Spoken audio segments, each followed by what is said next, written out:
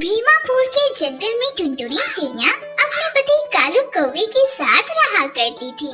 इन दिनों मासूम सी टुनटुनी चिड़िया गर्भवती थी और जल्दी अपने घोंसले में अंडा देने वाली थी। टुनटुनी, मैं बहुत खुश हूँ कि तुम अंडा देने वाली हो और मुझे बेटा होने वाला है। देखना टुनटुनी, हमारा बेटा हमसे कितना प्यार करेगा और हम भी उसे दुनिया की सारी खुशी ला कर देंगे।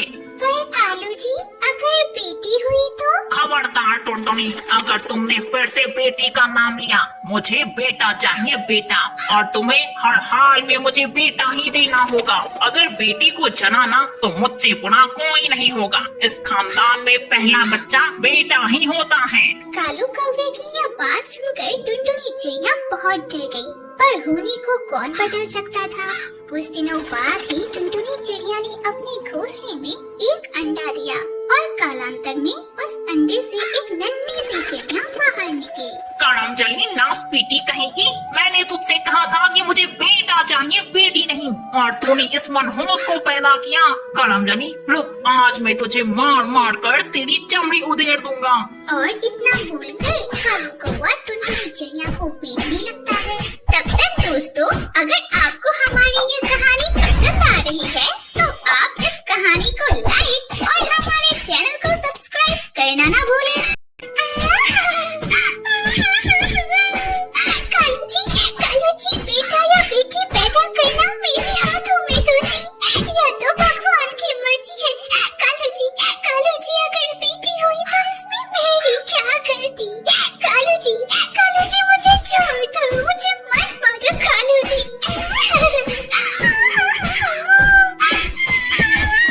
अब तो यह रोजाना का हो गया था। रोजाना ही कालू कौवा शराब पीकर घर वापस आता और टुनटुनी चिड़िया को मारा पीटा करता। एक दिन तो उसने हद ही कर दी। एक दिन उसने सुंदरी नाम की एक कौवी से दूसरी शादी करके उसे घर ले आया। कालू जी, ये सब मैं क्या देख रही हूँ? मेरे होते हुए आपने दूसरी शादी कर ली। कालू जी, आपने जरा भी अपनी बिटिया की चिंता ना की। अगर आपको थोड़ा भी फिक्र होती उसकी तो आप हमारे साथ ऐसा नहीं करते। चुप हो जा करमजली नासपीटी कहेगी, चुप हो जा। अरे मैंने कौन सी गलती कर दी? गलती तो मैंने तुझसे शादी करके की है। सोचा था कि दहेज में मुझे खूब सारे पैसे, मोटर गाड़ी और बहुत सारा बंगला भी मिलेगा। अरे तेरे पिता तो कंगाल निकला, कंगाल। उसने तो बस तुझे 2 जोड़े कपड़े में मेरे पल्ले बांध दिया और ऊपर से तुमने बेटे के जगह बेटी पैदा की। नासपीटी कहेगी, निकल जा मेरे घर से इस मनहूस को लेकर। मैं इस मनहूस का चेहरा भी नहीं देखना चाहता। कालू जी, मैं कहाँ जाऊंगी? मैं तो डोली में बैठकर अपने ससुराल आई थी और अब यहाँ से मेरी अर्थी ही बाहर जाएगी। कालू जी, मुझ माँ बेटी पर रहम करो। हमें बस घर का एक कोना दे दो, हम दोनों बस उस कोने में पड़े रहेंगे। कालू जी, हम पर रहम करो। चुप कर। अरे कितने दिनों से तो तुम दोनों पर दया ही कर रहा हूँ और मुझसे दया नहीं होगा। ऐसा करो, तुम दोनों अपनी माँ के घर चली जाओ। सुंदरी बहन, क्या मिला तुम्हें मेरा बसा बसाया घर उजाड़ कर? तूने अपने झूठे प्रेम के जाल में मेरे पति को फंसा दिया और मेरा बसा बसाया घर उजाड़ दिया। देखना, ऊपर वाला तुम्हें कभी माफ नहीं करेगा। कालू जी, बहुत सुन ली इसकी बकवास। जल्दी से इस टुनटुनी को घर से बाहर निकालो, वरना मैं यहाँ से चली जाऊंगी। हाँ, जाती हूँ सुंदरी बहन, जाती हूँ, पर एक बात याद रखना, तुमने मेरा घर उजाड़ा है। मेरा घर उजाड़ कर तुम कभी खुश नहीं रह पाओगी। और इतना कहकर टुनटुनी चिड़िया अपनी बेटी सुनहरी को अपने साथ लेकर वहाँ से चली जाती है। अब मैं कहाँ जाऊँ? पिताजी के मरने के बाद पता नहीं माँ कैसे अपना गुजारा कर रही होगी, पर मैं माँ पर बोझ भी तो नहीं बनना चाहती। अब मैं क्या करूँ, कहाँ जाऊँ? मुझे कुछ समझ ही नहीं आ रहा। मुझे माँ के पास जाना ही होगा। और इतना सोचकर टुनटुनी चिड़िया सुनहरी चिड़िया को अपने साथ लेकर अपनी माँ के घर की ओर निकल पड़ती है।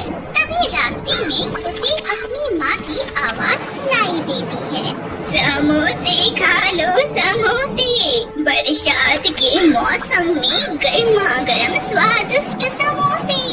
एक बार खाओगी तो बार बार खाओगी, समोसे खा लो समोसे।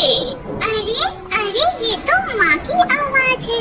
इसका मतलब माँ समोसे बेचकर अपना पेट पाल रही है। माँ कैसी हो? अरे टुनटुनी बिटिया, तू और यहाँ दामाद जी कहाँ है बिटिया? माँ घर चलो, घर पहुँचकर तुम्हें सारी बात बताती हूँ। घर पहुँचकर टुनटुनी चिड़िया अपनी माँ को सारी बातें बताती है। उस काले कलूटे कौवे की इतनी हिम्मत! बिटिया तू छोड़ दे उसे और भूल जा उसे। अरे तेरे पिता के गुजर जाने के बाद इस पापी पेट के लिए मुझे समोसे बेचने का काम करना पड़ा।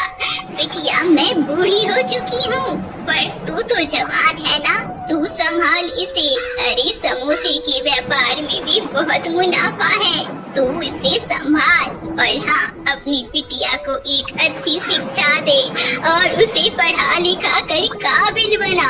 हाँ माँ हाँ, तुम बिल्कुल सही कह रही हो। मैं अपने पति को दिखा दूंगी कि मैं किसी से कम नहीं, अकेले ही अपनी बिटिया को पढ़ा लिखा कर काबिल बनाऊंगी माँ। और फिर क्या था, अगले ही दिन से टुनटुनी चिड़िया अपनी माँ टोनी चिड़िया के साथ मिलकर जंगल वालों को समोसे बेचना शुरू कर देती है। वह समोसा चटनी के साथ साथ छोले समोसे भी बेचा करती है। आइए आइए, आपके जंगल में खुल गया है समोसे चाट की दुकान। आइए और खा कर देखिए, एक बार खाओगे तो बार बार खाओगे। आइए आइए, स्वादिष्ट छोले समोसे खाइए। टुनटुनी चिड़िया के बनाए हुए समोसे छोले बहुत स्वादिष्ट हुआ करती थी, जिसकी वजह से उसकी दुकान पर ग्राहकों की भीड़ लगी रहती थी। इस तरह टुनटुनी चिड़िया छोले समोसे बेचकर अपनी बिटिया के साथ अपनी आगे की जिंदगी खुशी खुशी बिताने लगी। राजू कबूतर बहुत ही मेहनती किसान था। वह अपने खेत में तरह तरह की सब्जियां उगाया करता और उन्हें बाजार की मंडी में जाकर बेचा करता। सब्जियां बेचने से उसे जो पैसे मिलते थे, उसी से वह अपने परिवार का लालन पालन करता था। सब्जी ले लो सब्जी, ताजी ताजी सब्जी। अरे मैडम जी, आज लौकी लेकर आया हूँ। ताजी ताजी लौकी उगी थी आज, तो सोचा मैं आपके लिए लेते चलूं। आपने मुझसे कितनी बार लौकी जो मांगी थी। अच्छा जी, आज लौकी लाए हो। वैसे भैया, आपकी सब्जियों की तो बात ही निराली है। अरे आप तो अपने बागान में ही सब्जियां उगाया करते हो, और वे सब्जियां खाकर ना मेरे बच्चे और परिवार वाले बिल्कुल ही प्रसन्न रहते हैं। वैसे भैया जी, आप ना 2 किलो लौकी कर दो और 1 किलो बैंगन दे दो। और भैया जी, आपके पास करेला है? करेला तो मौसम का सब्जी है, आपके पास तो होगी ना? नहीं बहन जी, अभी तो करेला नहीं है, पर मैं अगले दिन से करेला जरूर रखूंगा। आप जब अगली बार मेरे पास कुछ सब्जी खरीदने आओगी ना, तो आपको करेला जरूर मिलेगा। अरे राजू भैया, आपके पास करेला मिलेगी क्या? अरे नहीं भाई साहब, अभी तो करेला नहीं लाया हूँ, बस करेले की फसल तैयार ही होने वाली है। 2-4 दिनों में आपको करेले मिल जाएंगे। हाँ हाँ भाई साहब, लेते आना। मेरे माताजी को करेला बहुत पसंद है, वह तो आपके बागान का ही सिर्फ करेला खाती है। आज राजू कबूतर को करेले के लिए बहुत ग्राहकों ने पूछा। राजू कबूतर जब सब्जियां बेचकर घर वापस गया, तो उसने अपनी पत्नी टुनटुनी से कहा, टुनटुनी, आज ना कई पक्षियों ने करेले के बारे में पूछा, और पूछते भी कैसे नहीं, मौसम की सब्जी है। इस बार तो हमारे खेत में करेले की पैदावार भी बहुत अच्छी हुई है। अगर भगवान कृपा से करेले का अच्छा दाम मिल गया, तो हम अपनी बिटिया पिंकी के हाथ पीले कर देंगे। क्या कहती हो? हाँ हाँ राजू जी, आप बिल्कुल सही कह रहे हो। अच्छा हुआ कि इस बार आपने अपने बागान में करेले की सब्जी उगाई, और अगर भगवान की कृपा से अच्छा मुनाफा हुआ, तो हम अपनी बिटिया का हाथ पीला कर ही देंगे। अरे कोई गड़बड़ है राजू? अरे ओ राजू,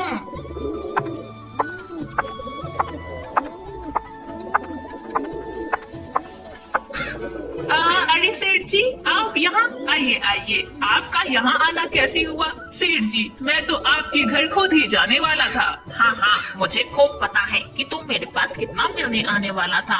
अरे बार बार मुझे ही तेरे पास आना पड़ता है। सुन अब मैं और कर्जा रोक नहीं सकता, मेरी बिटिया की शादी है, तू मेरे पूरे पैसे वापस कर दे, पूरे 20,000 रुपए। पर मालिक मैंने तो कर चुकाने के लिए आपसे 3 महीने मांगे थे और मेरे पास तो अभी 3 महीने बाकी है ना। मालिक इतनी जल्दी मैं आपको 20,000 रुपए नहीं दे सकता, मुझ गरीब पर रहम करो मालिक। देख राजू मैं कुछ नहीं जानता, मुझे कहीं से भी 20,000 रुपए ला कर दे। तभी सेठ कड़कनाथ कौवे की नजर राजू कबूतर के बागान पर पड़ी, जहाँ पर करेले की फसल उगी हुई थी। वाह भाई वाह, बस मेरा काम तो हो गया। सुन 2-3 दिनों बाद मैं अपने लड़कों को तेरे घर भेजूंगा, उन्हें सारे करेले तोड़कर दूध दे देना। इन करेलों को बेचकर मेरा कर्ज तो निकल जाएगा। मालिक ऐसा ना कहो, ये सारी फसल मेरी 2-3 महीनों की मेहनत है। मालिक मुझ पर रहम करो, मैंने आपसे कहा ना मैं थोड़ी थोड़ी कर आपके सारे कर्ज वापस कर दूंगा। सुन मुझे कुछ नहीं पता, मैं जा रहा हूँ और 2-3 दिनों बाद अपने लड़कों को यहाँ भेज दूंगा। सेठ कड़कनाथ कौवे ने राजू कबूतर की एक ना सुनी और 2-3 दिनों बाद अपने लड़कों को भेजकर उसके सारे करेले टोकरी में भरकर मंगा लिए। राजू कबूतर बस देखता रह गया और वह कुछ नहीं कर सका। जैसा उसने सोचा था वैसा तो बिल्कुल न हुआ। राजू कबूतर और उसकी पत्नी टुनटुनी चिड़िया इस घटना से बहुत दुखी थे और उसकी बेटी भी दुखी थी। बाबा आप कुछ खा लो ना, देखिए ना मैंने चावल दाल बनाई है आपके लिए। अजय राजू जी खा लो ना, बिटिया ने बड़े ही प्रेम से आपके लिए बनाया है। हाँ हाँ खाता हूँ टुनटुनी, खाता हूँ। बोलते बोलते राजू कबूतर की आंखों में आंसू भर गए। तभी उसके दरवाजे पर एक साधु महात्मा आए। अलख निरंजन, बाबा को कुछ खाने को दे दो बच्चा, बाबा को बहुत भूख लगी है। माँ दाल चावल तो बस इतने ही थे।